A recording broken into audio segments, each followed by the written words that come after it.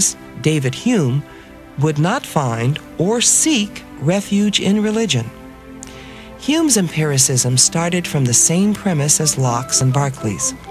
All knowledge of the world must come from experience.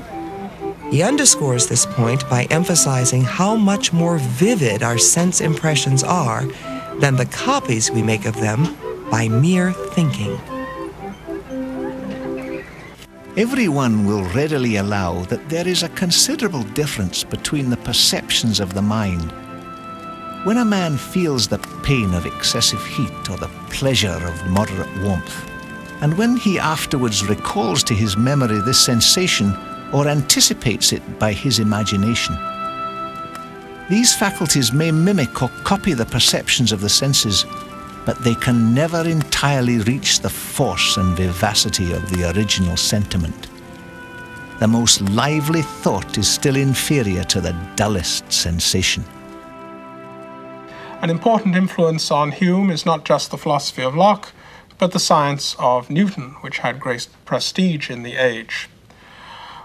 Hume thought that Newton had given an incredible science of the physical world, had come up with the laws of the physical world, such as the law of attraction. And Hume's great ambition was to do for human nature, for the human world, if you like, what Newton had done for the physical world. Hume wanted a science of human nature.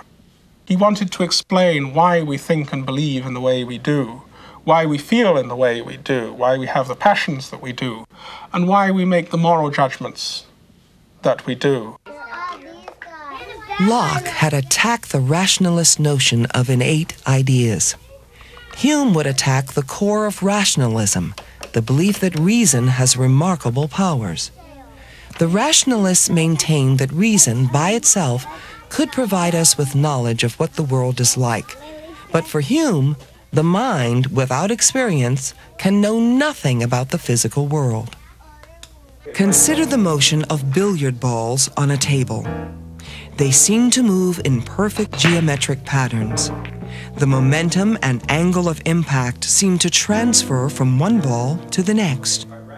A rationalist would hold that reason can analyze how billiard balls will move a priori without prior experience.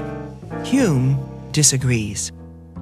We fancy that, were we brought on a sudden into this world, we could at first have inferred that one billiard ball would communicate motion to another upon impulse, and that we needed not to have waited for the event in order to pronounce with certainty concerning it. But what if we had never seen billiards?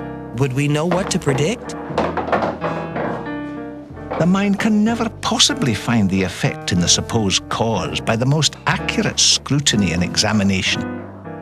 For the effect is totally different from the cause, and consequently can never be discovered in it.